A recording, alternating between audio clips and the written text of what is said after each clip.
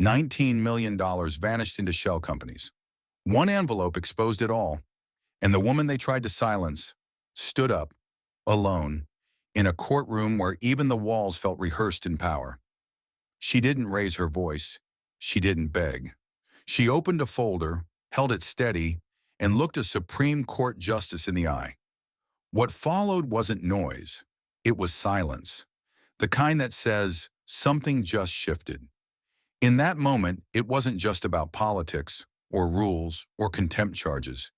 It was about what happens when the truth refuses to stay buried, and someone dares to name it out loud. They said she broke protocol, but she had receipts of money rerouted, names protected, and warnings whispered in corridors where justice was meant to live. Now here's the question. When the system turns its power against the truth, would you still dare to speak? Because that's what Jasmine Crockett did. And the story you're about to witness, it didn't begin in that courtroom. It began with an invitation no one was supposed to see. It arrived at 12:03 a.m., an email with no sender name, no department tag, no subject line. Just a string of dry coordinates, a date, and a time. Room B 212, Capital Subcommittee Oversight, 8 a.m. No formal greeting, no legal citation, not even a digital signature. To anyone else, it might have looked like spam. To Jasmine Crockett, it felt like a trap. She stared at it longer than she needed to. The kind of staring that isn't about reading, it's about listening. Listening to what's not said. No official header meant it didn't follow procedure. No docket number meant no record. And the timing, 3 hours after midnight, that was never coincidence. That was choreography. Jasmine didn't hit reply.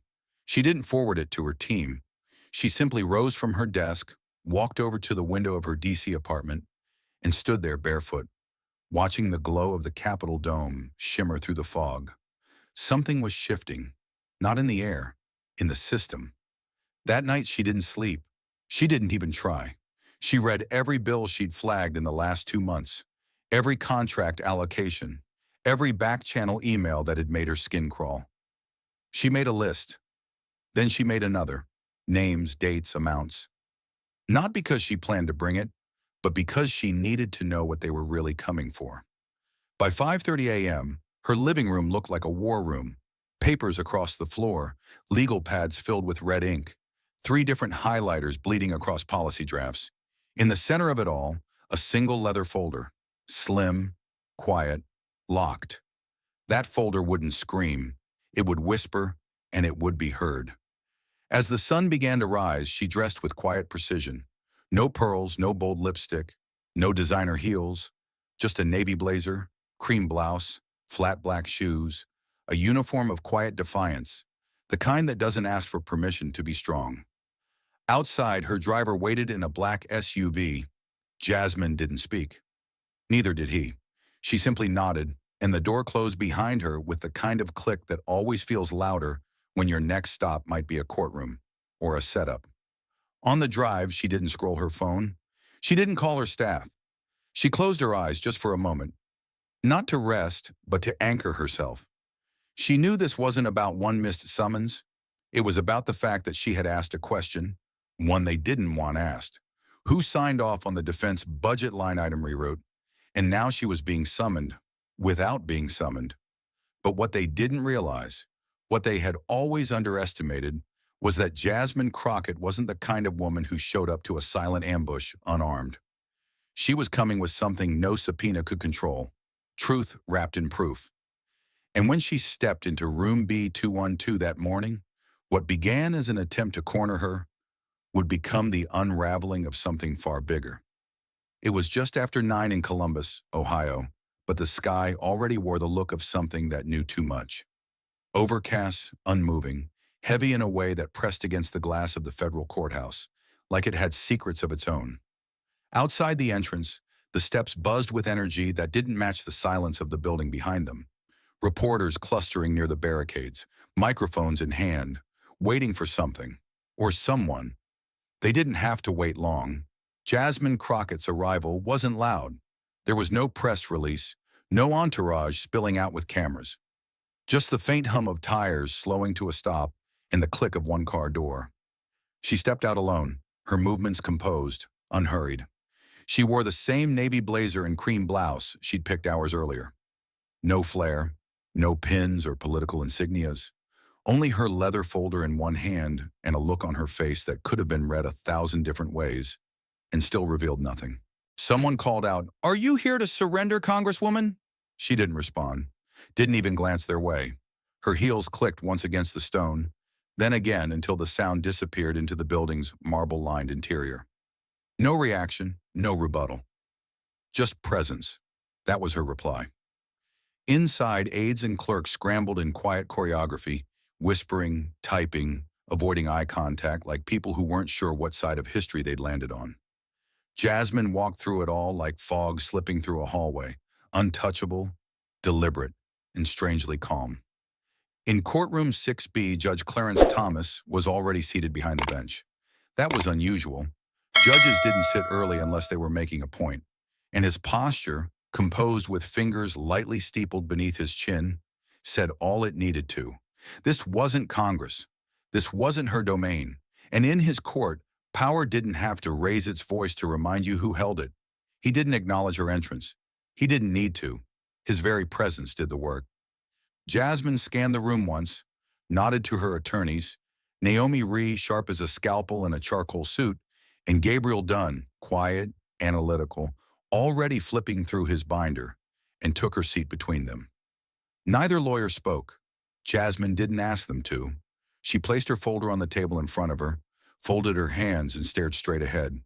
Her eyes locked, not on the judge, not on the prosecutor, but on some invisible point just above them all, as if she was already watching something unfold.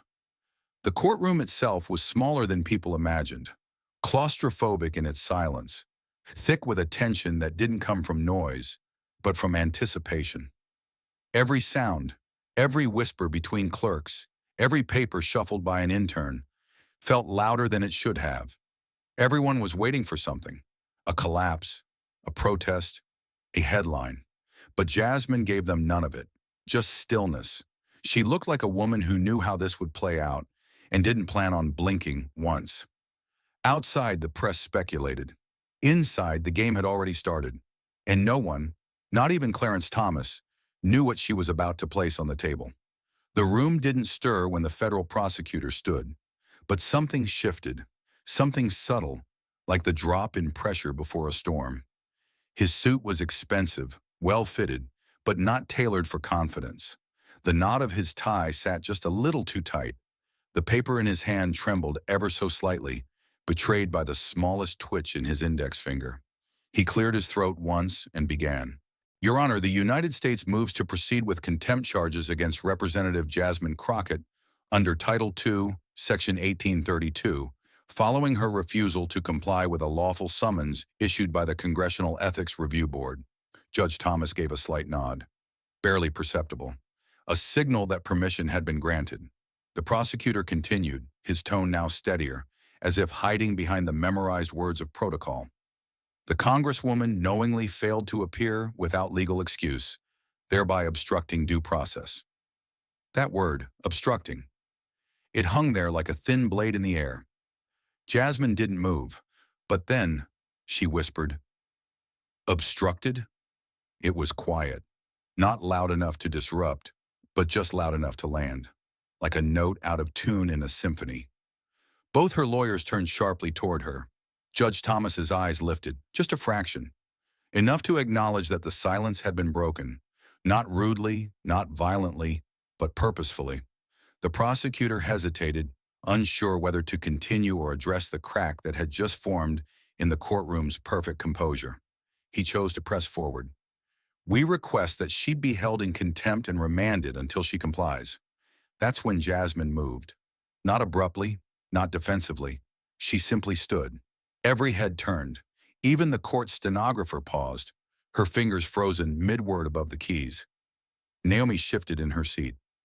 Gabriel exhaled through his nose, already anticipating what she was about to do, already knowing no one could stop her now. Jasmine looked at the judge, not defiant, not pleading, just direct. Your Honor, she said evenly, Before you take an action that will follow me for the rest of my life, an action that will stain my public record and be weaponized far beyond this courtroom, I respectfully request permission to speak directly to the court. A bold ask. Most defendants hide behind their counsel. Most lawyers insist on it. But Jasmine didn't even glance at hers. Her eyes remained fixed on Judge Clarence Thomas. A long pause followed. The kind that didn't measure time. It measured risk. Then slowly, deliberately, the judge nodded once. Proceed. And in that quiet moment, without raising her voice, without making a scene, Jasmine Crockett began to change everything. The judge's nod might have looked small to anyone watching, a single dip of the head, but in that room it was seismic. It broke every unwritten rule of courtroom etiquette and power. A sitting judge, Clarence Thomas no less, had just granted a defendant, a sitting congresswoman, the floor. Not her lawyer, not through formal testimony, but directly, personally, publicly. Naomi's jaw tightened slightly. Gabriel didn't move, but his hand hovered above his legal pad, pen ready as if bracing for turbulence. Jasmine didn't glance at either of them. She took one step forward, then another. She didn't need the podium. She didn't ask for it. Instead, she bent down slowly, opened the flap of her leather folder with deliberate precision, and drew out a thick, sealed manila envelope. She held it up, not with flair, not for the cameras, which weren't even allowed in the room, but as a gesture of gravity.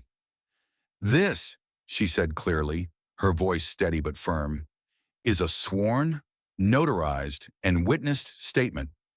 A rustle echoed in the gallery, the kind of movement people make when they forget to breathe for a moment. Jasmine's eyes scanned the bench, then settled back on Judge Thomas. I want to be clear, she continued.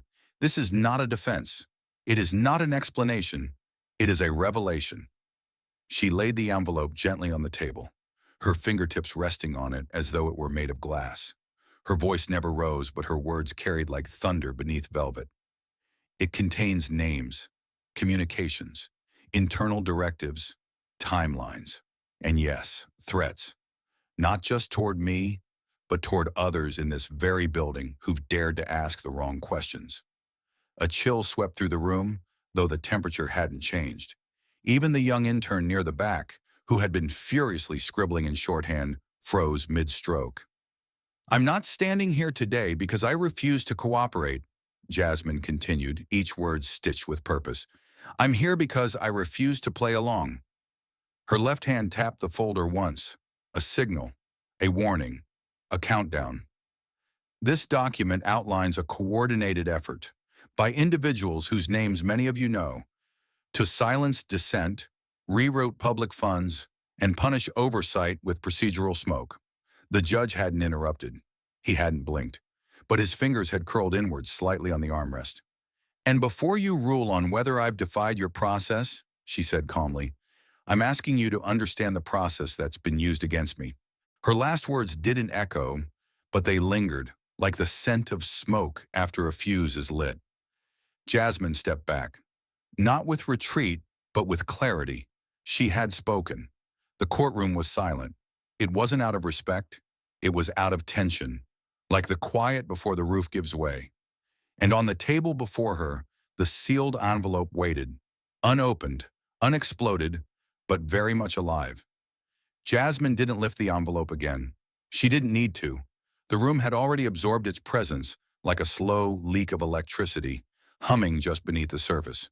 Instead, she began to speak, not as a defendant, not even as a congresswoman, but as a witness to something deeper, something that had been designed to stay hidden.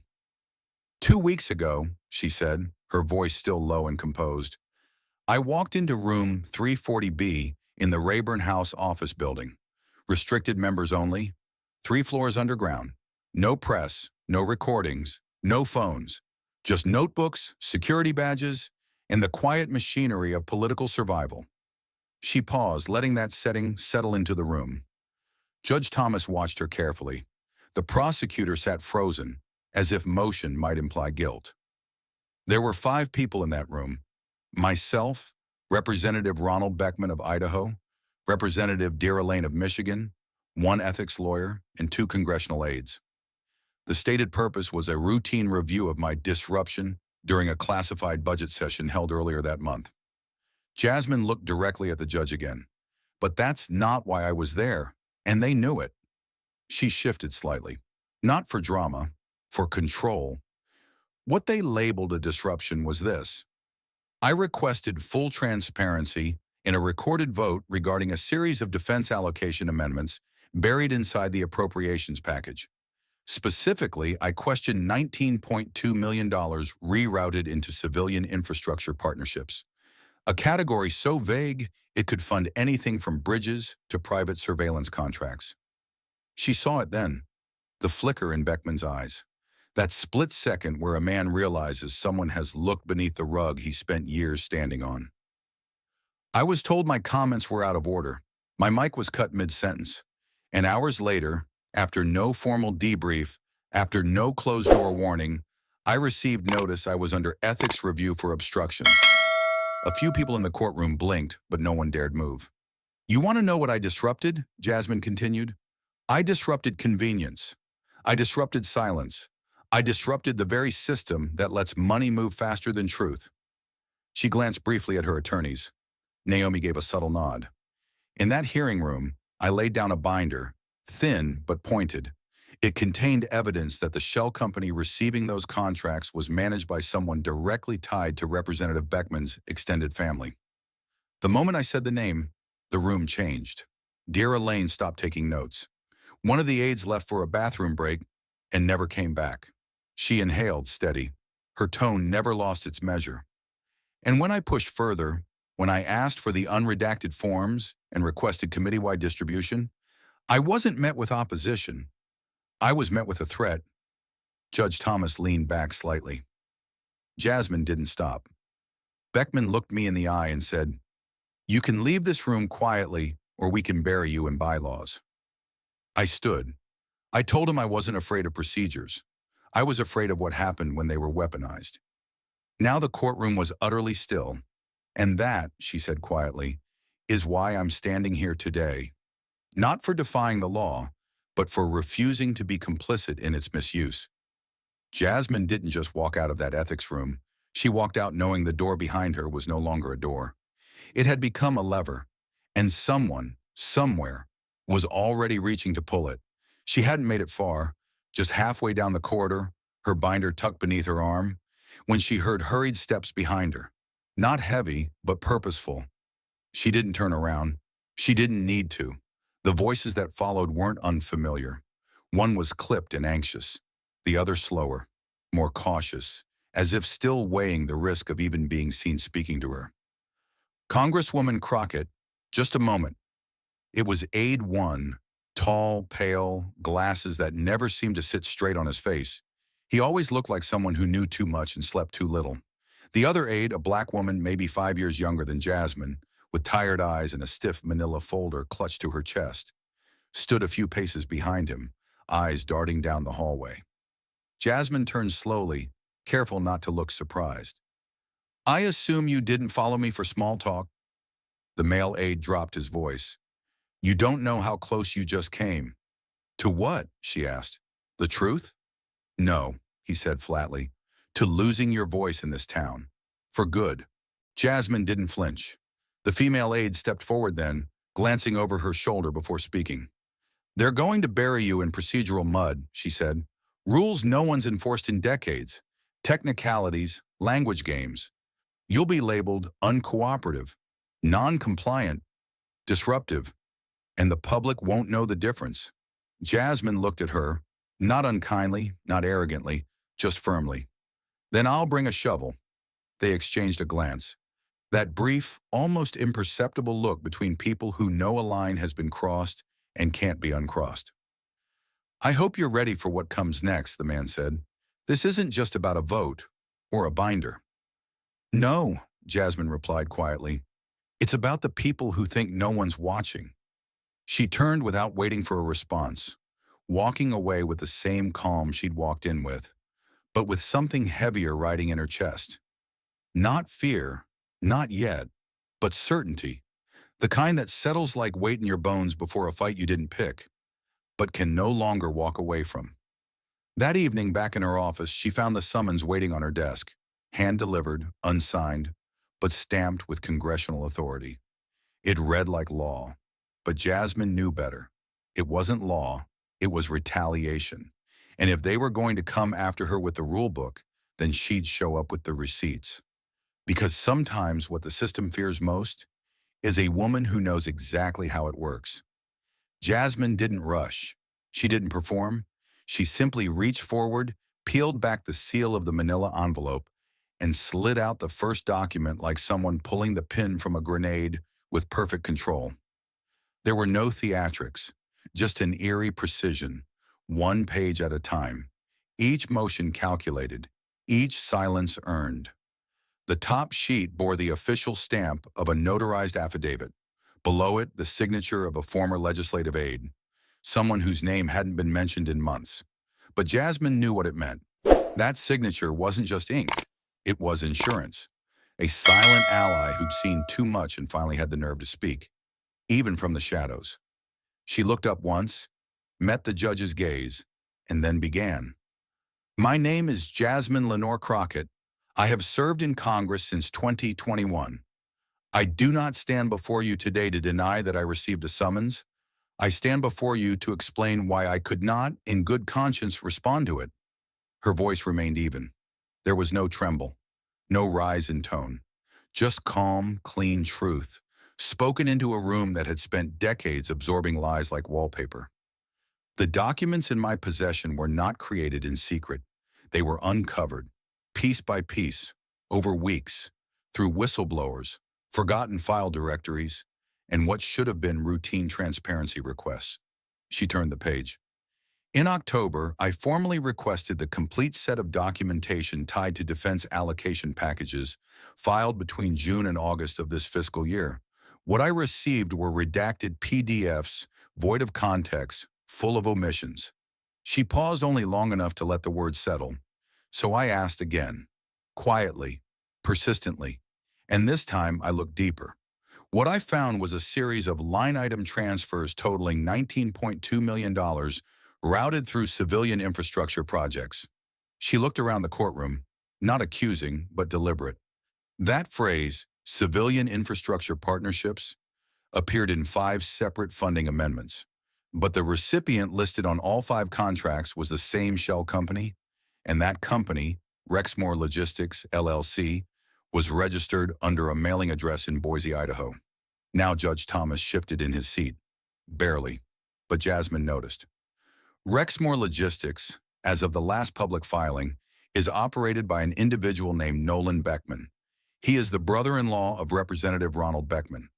There was no gasp, no shout, just a ripple of silence so profound it felt like the oxygen had thinned. She flipped to the next page. Emails, internal memos, text messages, screenshots, dates circled, names highlighted, every piece annotated. This, she said, holding up one printed message, is a communication between a senior committee staffer and a subcontractor.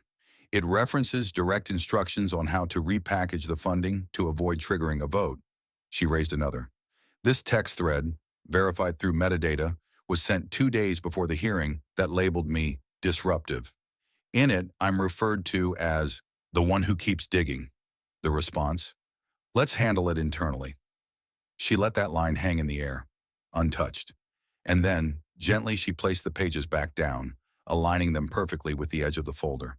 The courtroom wasn't just silent, it was holding its breath. Jasmine looked forward again. I didn't break the rules. I found out how they were being bent. There were no outbursts, no shocked gasps, no reporters scribbling furiously because there were no reporters allowed in. What there was silence. Heavy, paralyzing silence. The kind that doesn't just settle in a room, it tightens it, as if the air itself had been forced to listen. Judge Thomas, normally unreadable, shifted slightly. It wasn't much, just a narrowing of the eyes, a tap of the index finger against the armrest. But it was movement, and movement in this room meant impact. Jasmine remained standing. Her hands rested lightly on the folder, but her eyes had moved. She wasn't looking at the bench anymore. She was looking at the rows of aides, clerks, interns, and officials who filled the rear seats like shadows. Some sat frozen, unsure whether to look down or look away. Others stared directly back at her, not defiantly, but as if they too were waiting to see what she would say next. Whether she would keep going, whether they could. She did. "When I received the summons," she said slowly, "I read it 4 times. Her voice was softer now, not because she was retreating, but because she didn't need to speak loudly anymore. The room was already listening. Every word felt amplified by its clarity. It accused me of obstruction. It accused me of undermining congressional process. But what it didn't say, what it couldn't say, was why. She walked 2 small steps forward, not pacing, not performing, just closing the distance. Because the truth is, this isn't about disruption. It's about discomfort. I made the wrong people uncomfortable, not with noise, but with evidence." She paused again.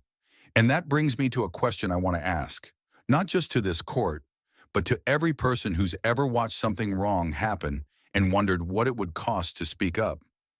Her gaze swept the room, one pair of eyes at a time. "If this was your truth," she asked, "would you stay silent to protect comfort?" That sentence didn't echo. It just landed, quietly, devastatingly, like a seed dropped into water. She turned back to the judge. His expression was still composed, but something in his posture had receded. The firm wall of authority he wore so effortlessly had loosened, if only slightly, under the weight of what she had laid before him. "The documents I've submitted are not hypothetical. They're not hearsay. They are receipts, names, dates, transactions, instructions. They are facts. But this room has to decide whether facts still matter when they're inconvenient." Gabriel sat still beside her, fingers folded. Naomi didn't blink, her chin lifted slightly as if holding something in place that couldn't be dropped. Jasmine didn't cry. She didn't raise her voice, and she didn't apologize. "I am not here today to protect myself. I'm here because I refuse to protect a lie." For a few long seconds, no one spoke. The silence returned, but it wasn't passive anymore. It was loaded, not a void, but a question, one that hung in the air like a judgment waiting to be made. And beneath that silence, one thing was clear. Jasmine Crockett had just shifted the burden of proof. The prosecutor stood up too fast. His chair scraped backward with a noise that broke the tension like glass. His face was flushed now, no longer composed. This wasn't the calm detachment of federal protocol. This was agitation, panic, just barely caged in formality. "Your Honor," he said, voice strained, "with all due respect, this statement is self-serving. Representative Crockett is under oath, and none of these claims have been independently verified." Naomi was already rising before he finished. Smooth, controlled, the rhythm of someone who had been waiting for this exact moment. "If the prosecution believes any portion of the submitted testimony is fabricated," she said crisply, "we are prepared to submit all accompanying files for forensic audit.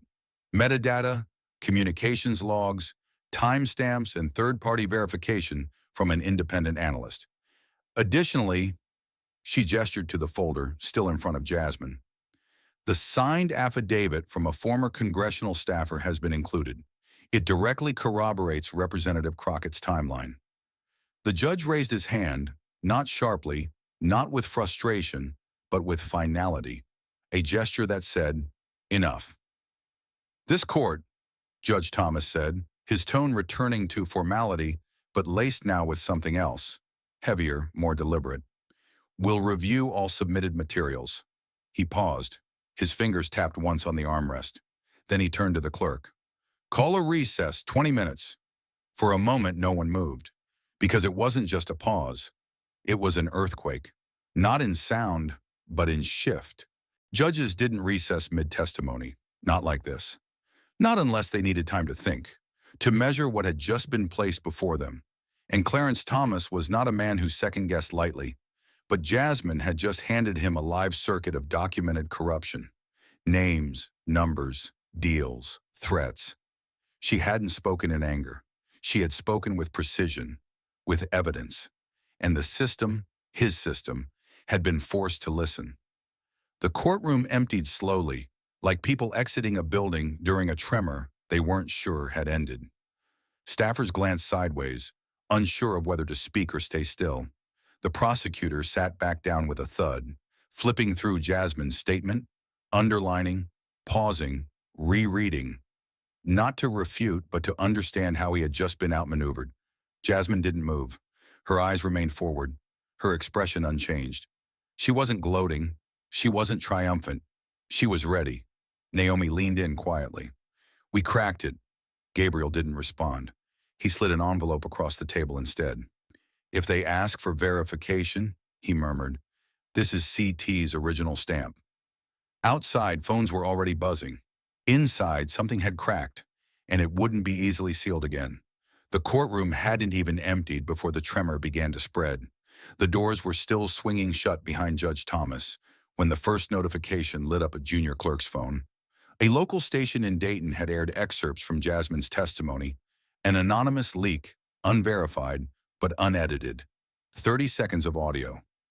Enough to ignite everything. By the time Jasmine sat down again, inside the holding room adjacent to courtroom 6B, the outside world was already on fire. Her name was trending, not in whispers but in full, flashing headlines. Crockett exposes $19 million funnel.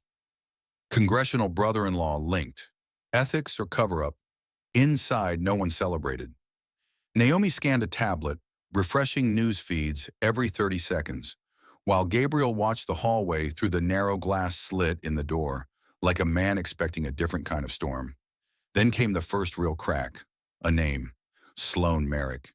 It appeared in a quiet tweet from a verified government affairs reporter in D.C., a former budget analyst on the subcommittee for defense oversight.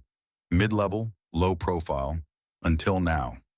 She'd published a public statement, short, crisp, but unmistakable. In it, she confirmed that she had been directed to redact critical funding trail information from defense allocations submitted between June and August. She didn't name names. She didn't have to. The timeline mirrored Jasmine's testimony almost exactly. Same months, same amounts, same buried shell companies. Her final line read, "When transparency became a threat, I was told to remove it." I refused once. That was enough. Gabriel read it twice, then again. "We're not alone," he muttered. Jasmine didn't speak. Her arms were folded across her lap, her body still, her breath measured. She hadn't asked for backup, but it had come. Then, another tremor. A resignation. Senator Charles Fenwick, 32 years in office. A quiet power player on the Senate Appropriations Committee. No press conference, no farewell speech, just a single-line email to staff. "Effective immediately, I am stepping away from public service for personal reasons." Within minutes, his website went dark. The press didn't need to fill in the blanks. They carved them open. Was Fenwick tied to Beckman's contracts? Had he known about the funnel? Why now? The questions began stacking faster than anyone could answer, and the optics couldn't be ignored. Jasmine had spoken just 25 minutes earlier, and already a senator had gone silent. Inside the courthouse, the mood was no longer combative. It was cautious. Prosecutorial staff huddled in corners. Aides began stepping out for calls. One clerk whispered something to a marshal and slipped a folded document to Naomi, who read it and passed it silently to Jasmine. It was a request from a staffer who had remained unnamed. She wanted to meet. She had more. No one said it out loud, but they all felt it. This wasn't just a defense anymore. It was a detonation, and Washington was listening. But Jasmine? She remained still. Not because she was surprised, because she had expected this. Because when you tell the truth where power depends on silence, the first thing to fall is never the lie. It's the people holding it up. The fluorescent lights in the courthouse conference room buzzed faintly, casting a sterile glow over the table now cluttered with more than legal pads and procedural notes. Jasmine's folder was no longer the only one. 2 new packets had joined it, each thicker, each heavier with implication. But what came next wasn't printed on paper. It came through the phone, on a line marked private, no caller ID. Jasmine answered without hesitation. A pause. Then a voice. Female, steady, measured. Congresswoman Crockett, I'm calling from a secure line. I worked under Beckman for 11 months. Jasmine stood as soon as the name was spoken, motioning Gabriel to begin recording. Naomi muted the news feed on her tablet and looked up. The voice continued. What you said today, I can back it up, but not on record. Not yet. Jasmine didn't interrupt. She knew this tone, not fear, caution sharpened by experience. Why now? She asked. Because, the woman said, he destroyed my friend's career. She asked the wrong question about a funding shift, and they pulled her into a procedural review so aggressive she resigned before she could clear her name. I watched it happen. I helped scrub the memos. Jasmine closed her eyes briefly. Do you still have them? There was no hesitation. I have everything. The email chains, the edits, the internal notes. I downloaded the raw logs before I left. I've kept them encrypted. Then send them, Jasmine said. No, the voice replied. I'll bring them in person. The line went dead. Gabriel looked up from his recorder. That's the third anonymous contact today. Naomi didn't look up from her screen. Third we know of. In the background, another staffer knocked and entered, whispering something into Naomi's ear. She nodded once, then spoke quietly to Jasmine. We just received a second drop from an unnamed analyst. It includes committee thread logs, some marked with encrypted tags. Gabriel took the files, eyes scanning quickly. These aren't just notes, these are internal flags. Someone tried to hide these behind restricted access permissions. They failed, Jasmine said simply. For the first time, Naomi smiled. Barely. The system is reacting. Gabriel looked at her, but not in unison. And that's what mattered most.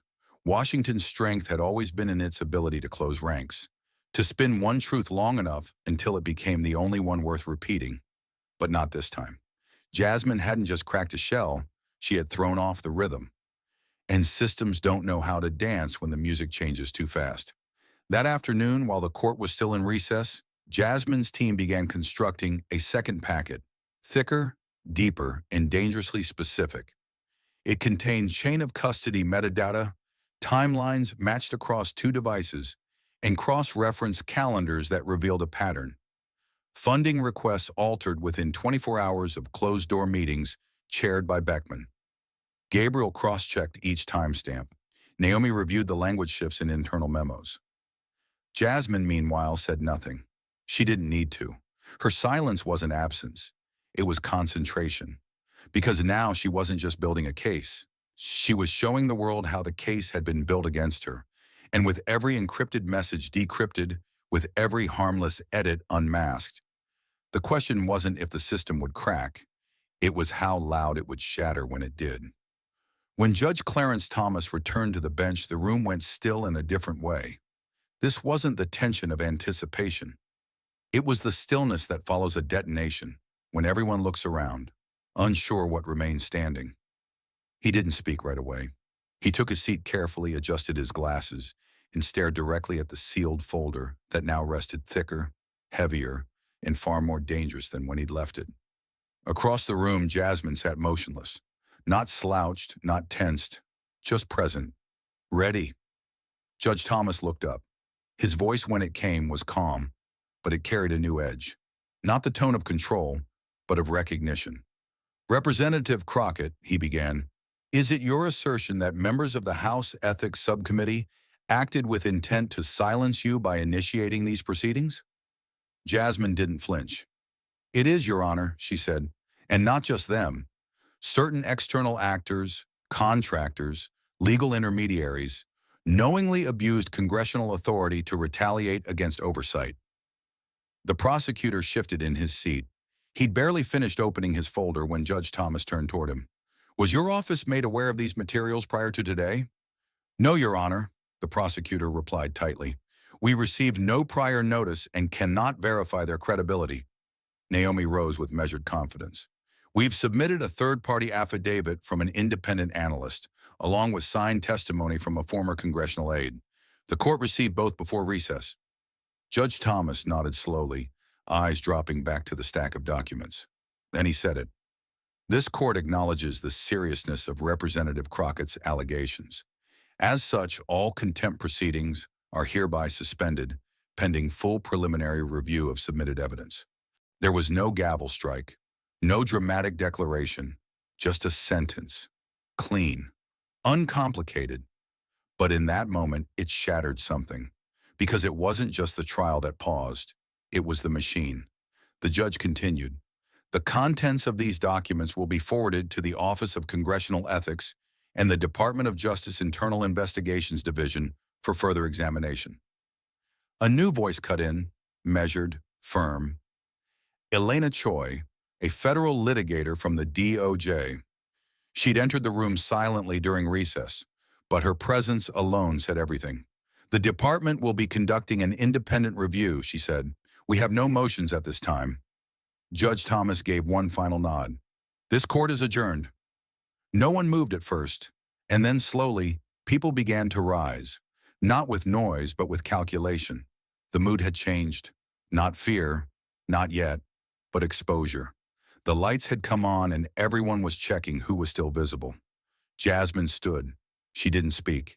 She didn't look back.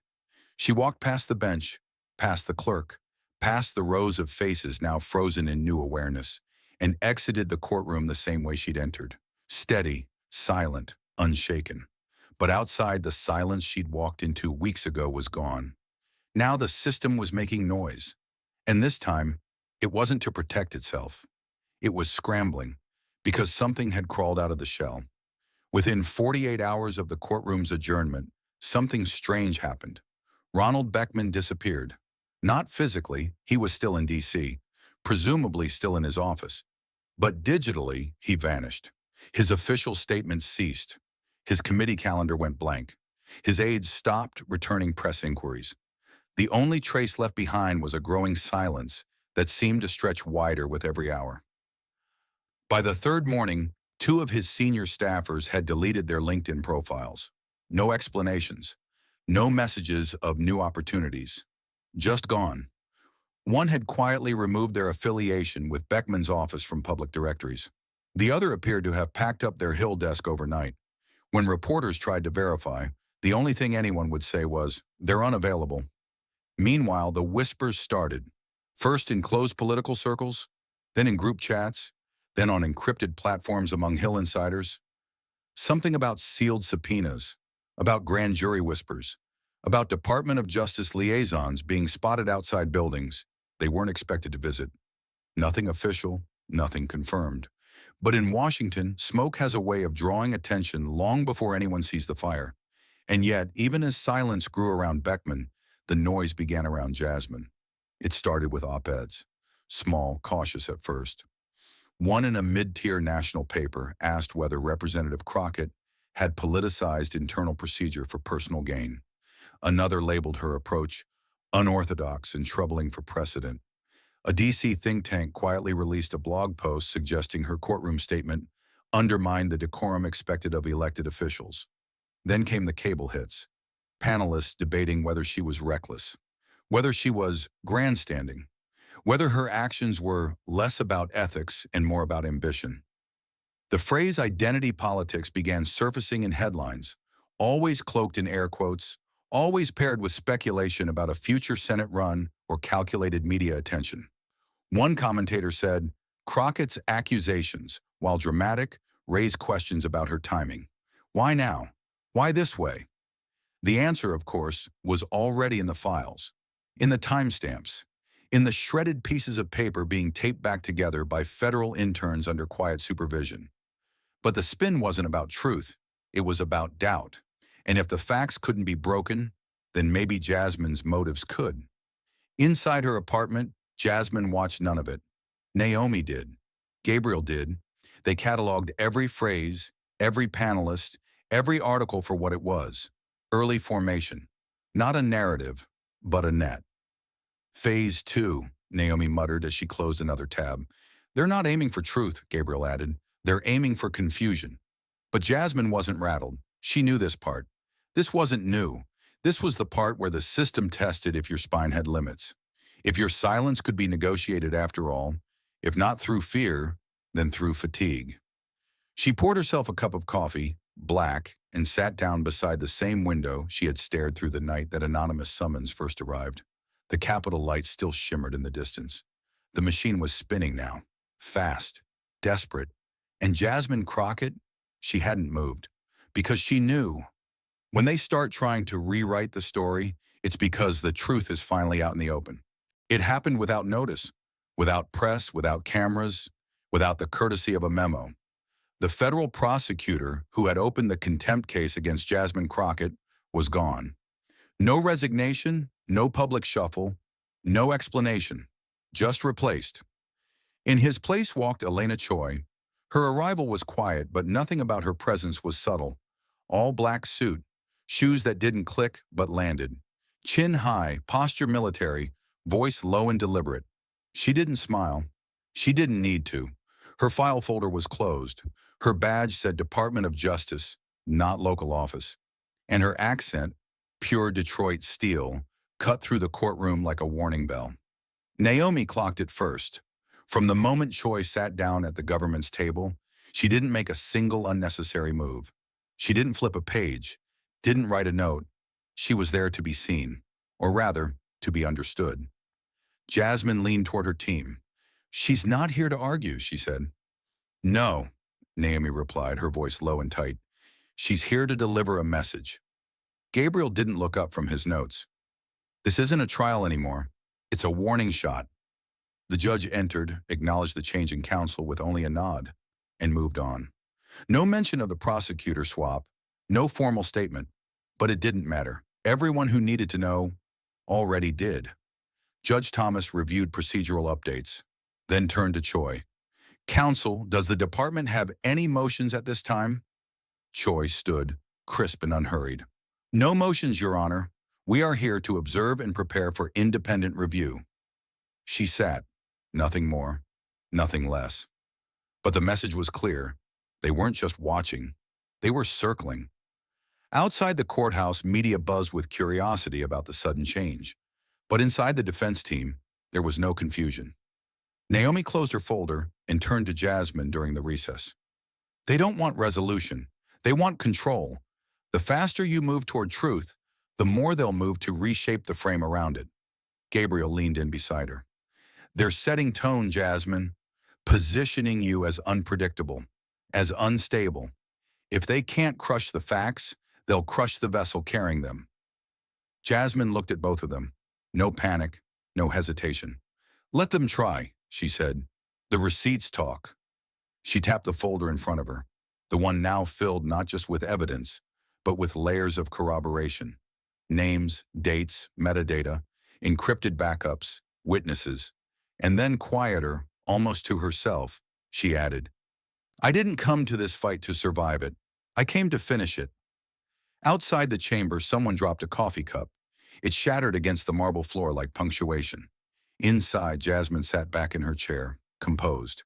Because if DOJ thought this move would intimidate her, they hadn't been paying attention. You don't send warning shots to people who have already walked into fire. It happened without notice, without press, without cameras, without the courtesy of a memo. The federal prosecutor who had opened the contempt case against Jasmine Crockett was gone. No resignation, no public shuffle, no explanation, just replaced. In his place walked Elena Choi. Her arrival was quiet, but nothing about her presence was subtle. All black suit, shoes that didn't click but landed. Chin high, posture military, voice low and deliberate. She didn't smile. She didn't need to. Her file folder was closed. Her badge said Department of Justice, not local office. And her accent, pure Detroit steel, cut through the courtroom like a warning bell. Naomi clocked it first. From the moment Choi sat down at the government's table, she didn't make a single unnecessary move. She didn't flip a page, didn't write a note. She was there to be seen, or rather, to be understood. Jasmine leaned toward her team. "She's not here to argue," she said. "No," Naomi replied, her voice low and tight. "She's here to deliver a message." Gabriel didn't look up from his notes. "This isn't a trial anymore, it's a warning shot." The judge entered, acknowledged the change in counsel with only a nod, and moved on. No mention of the prosecutor swap. No formal statement, but it didn't matter. Everyone who needed to know already did. Judge Thomas reviewed procedural updates, then turned to Choi. Counsel, does the department have any motions at this time? Choi stood, crisp and unhurried. No motions, Your Honor. We are here to observe and prepare for independent review. She sat, nothing more, nothing less. But the message was clear. They weren't just watching, they were circling. Outside the courthouse, media buzzed with curiosity about the sudden change. But inside the defense team, there was no confusion. Naomi closed her folder and turned to Jasmine during the recess. They don't want resolution, they want control. The faster you move toward truth, the more they'll move to reshape the frame around it. Gabriel leaned in beside her. They're setting tone, Jasmine, positioning you as unpredictable, as unstable. If they can't crush the facts, they'll crush the vessel carrying them. Jasmine looked at both of them.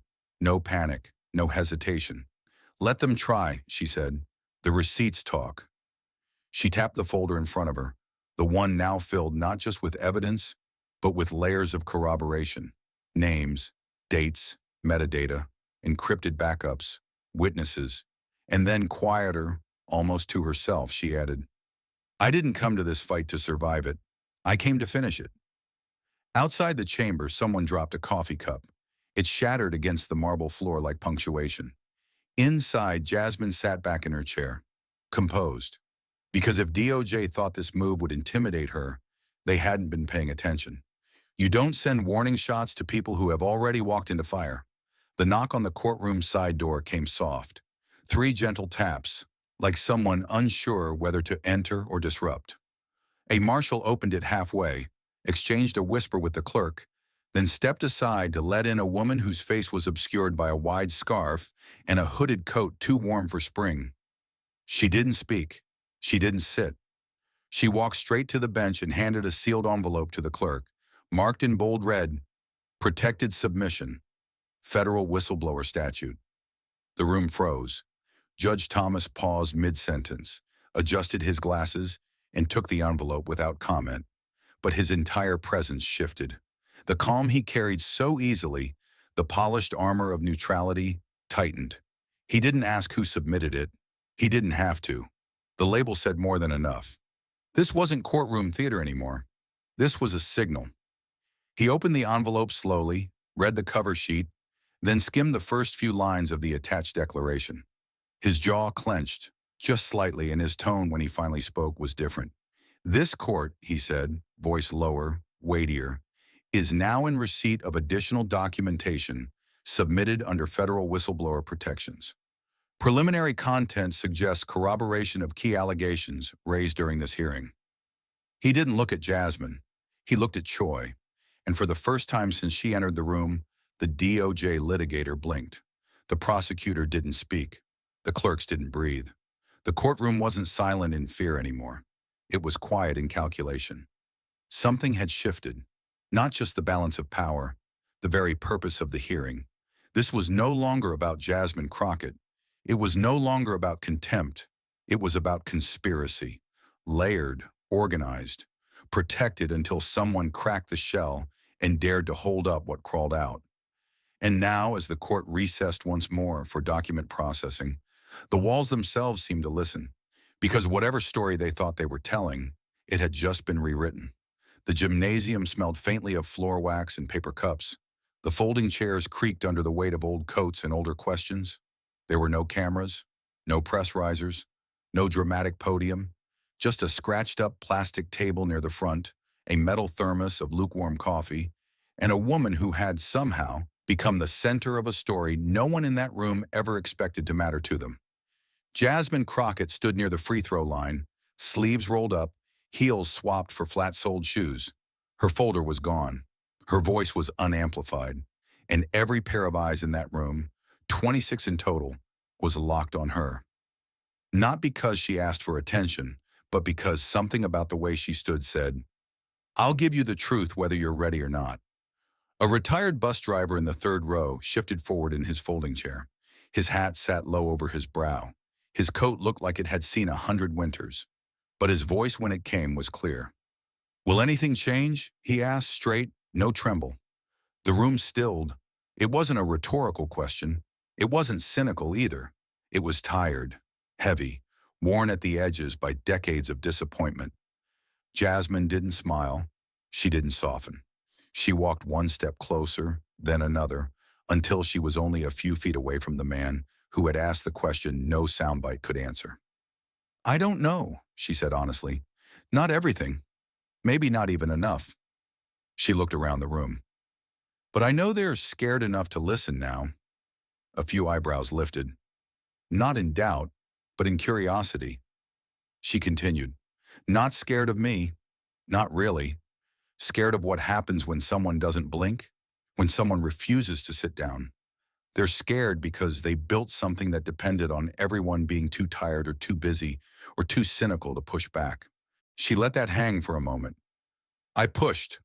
She gestured to the room, not to the lights or the floor or the old backboard still dangling above, but to the people in it. "And now it's not just me." The bus driver sat back slowly. He didn't nod. He didn't clap. But his fingers stopped fidgeting. From the side, a middle-aged woman in a denim jacket whispered something to the man next to her. Jasmine caught only one word. Different. She'd spoken in courtrooms. She'd stood under bright lights. But this moment, this room with its bad coffee, folding chairs, and unpaid attention, this felt heavier, more fragile, and somehow more real, because here there were no microphones, no headlines, no staffers taking notes, just eyes. And Jasmine Crockett had always known, when you strip away the noise, all you have left is whether people believe what they see. The headlines didn't scream it, no front-page banner, no primetime segment. But behind the curtain of louder stories, foreign deals, campaign rallies, economic forecasts, something was shifting, quietly, strategically, deliberately. It began with 3 resignations, not from elected officials, but from the people who keep their world spinning, congressional aides, mid-level staffers from 2 separate offices, both within the House Appropriations Committee, the third from the Subcommittee on Defense Logistics. Their exits weren't dramatic, no speeches, no scandal, just quiet goodbyes, system logouts, and desk drawers left a little too clean. One left a note behind, not to the press, but to a colleague. 5 words scrawled on a sticky pad. "We weren't supposed to lose." Within a week, a state representative in Arkansas introduced a motion that barely made the local news crawl. The language was dry. Proposal for full audit of all state-funded contracts over $10 million awarded in the past 2 fiscal years. But anyone paying attention could read the subtext. The same civilian infrastructure partnerships that Jasmine had exposed were now being examined under a southern microscope. And this time the numbers weren't buried. The motion passed unanimously in committee. 2 days later, a city councilwoman in New Mexico, previously considered soft-spoken and consensus-driven, introduced a measure requiring public review of all third-party lobbying contracts tied to public-private development funds. She didn't name names. She didn't have to. In her preamble, she cited the national discourse on misuse of legislative blind spots. The measure passed 6-1.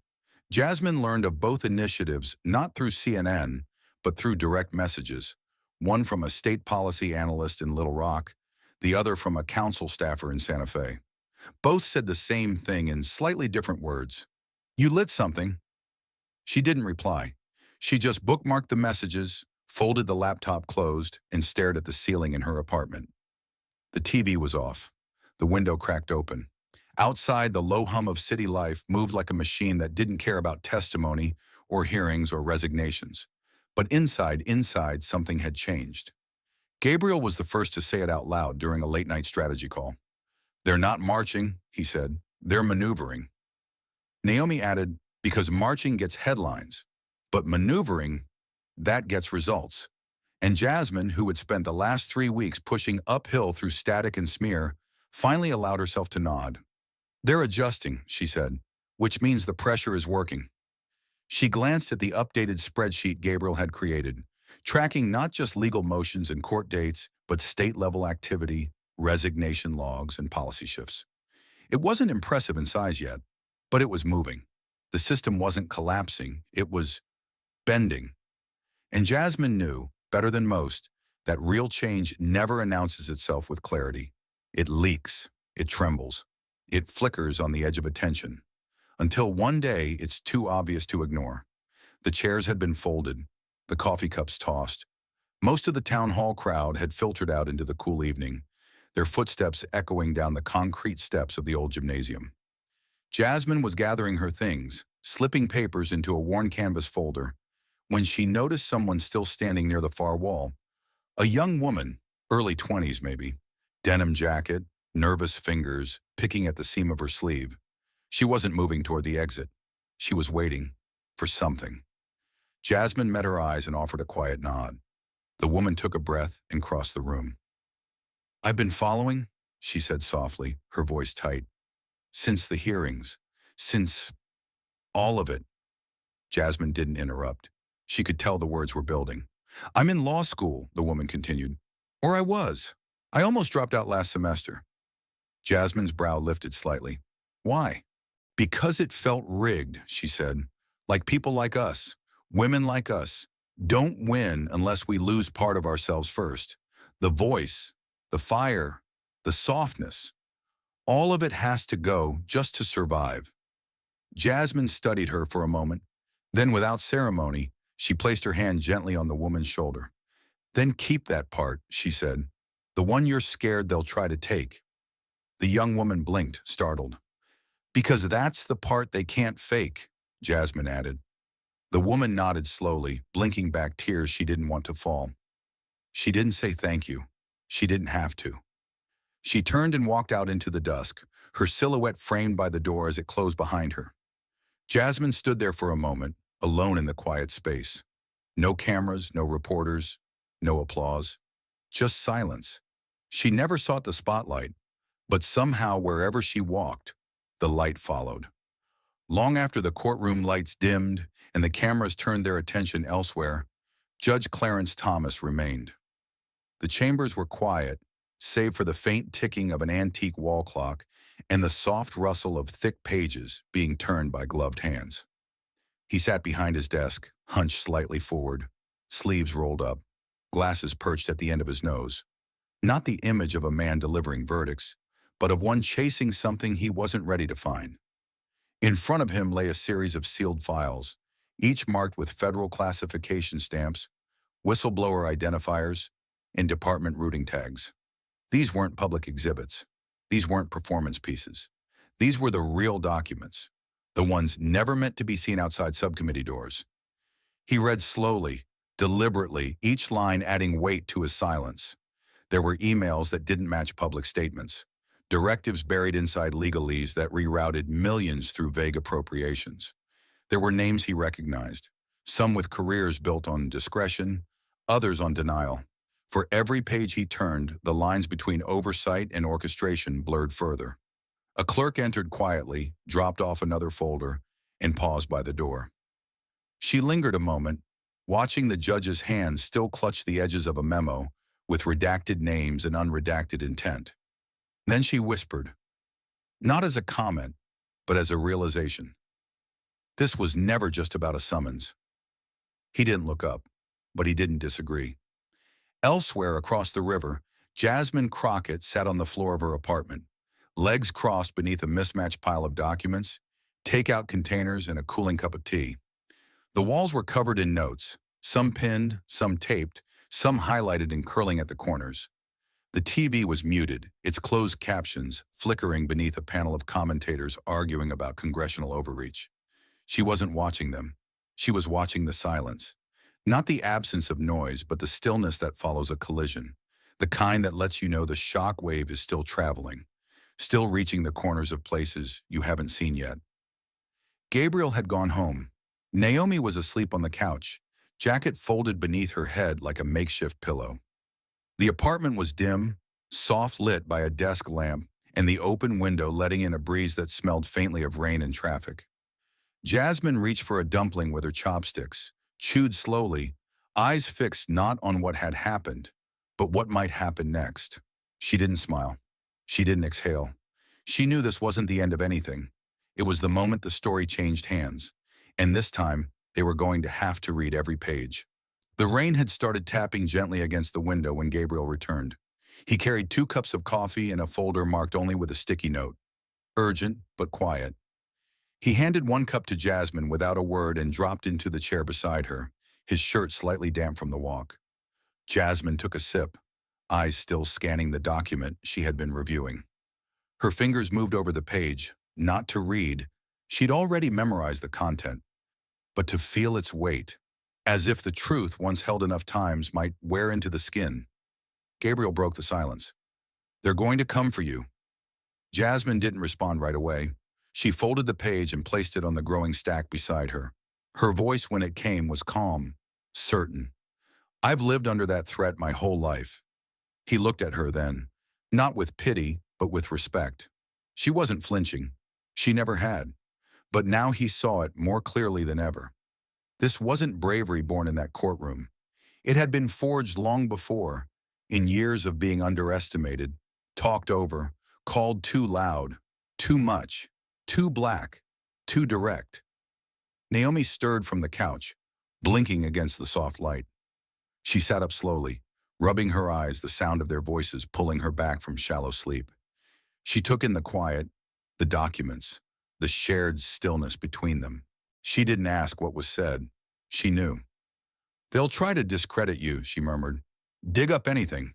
Invent what they can't find. Make noise to drown out the truth." "They already are," Gabriel added.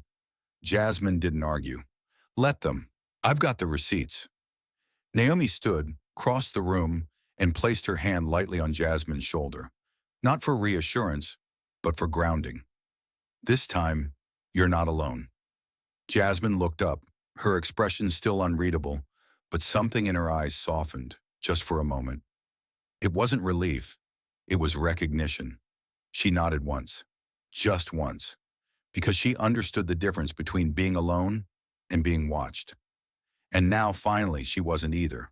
The storm hadn't passed, it hadn't even peaked, but it had been named. And the ones who had spent their lives weathering silence were now ready to answer it with truth. Long after the hearings, long after the op-eds faded and the headlines turned elsewhere, Jasmine Crockett's voice still lingered, not in echoes but in choices. The choice to ask a question she wasn't supposed to, the choice to stay in the room when the walls closed in, and most of all, the choice to speak when silence would have been safer. She never called herself brave, never claimed a title. She just kept showing up, not louder, just firmer, not angrier, just clearer. Because at some point she had realized something most people spend their lives avoiding. Justice doesn't knock. It doesn't arrive neatly or politely or at a convenient hour. It doesn't ask if it's a good time. It shows up, uninvited, stands in the middle of the room, and refuses to sit down. Jasmine didn't fight for the spotlight. She fought for the shadows, the places where truth had been tucked away, where names were hidden in footnotes, where power had grown too comfortable in the silence of good people. And when the machine came for her with all its weight, its procedures, its narratives, its calculated smears, she didn't flinch. Not because she wasn't afraid, but because she understood. Fear doesn't get to win unless you stop moving. So here's the lesson she left behind, quietly but indelibly. Speak. Even when it's inconvenient, even when it's costly, even when the system is built to ignore you. Because truth isn't waiting for permission, it's waiting for courage. And courage doesn't need an invitation. If you ever find yourself in a room where the truth is shaking the walls, don't look around for who will speak first. Don't wait for permission, just stand. But standing isn't just about courage, it's about clarity. It's about knowing who you are when everything around you tries to blur that truth. Jasmine never stood to be seen. She stood because silence was no longer an option. She stood because somewhere behind every redacted memo, every sealed folder, every whispered warning, was someone waiting for permission to believe again. This story wasn't about winning a courtroom moment. It wasn't about a single envelope or a single vote.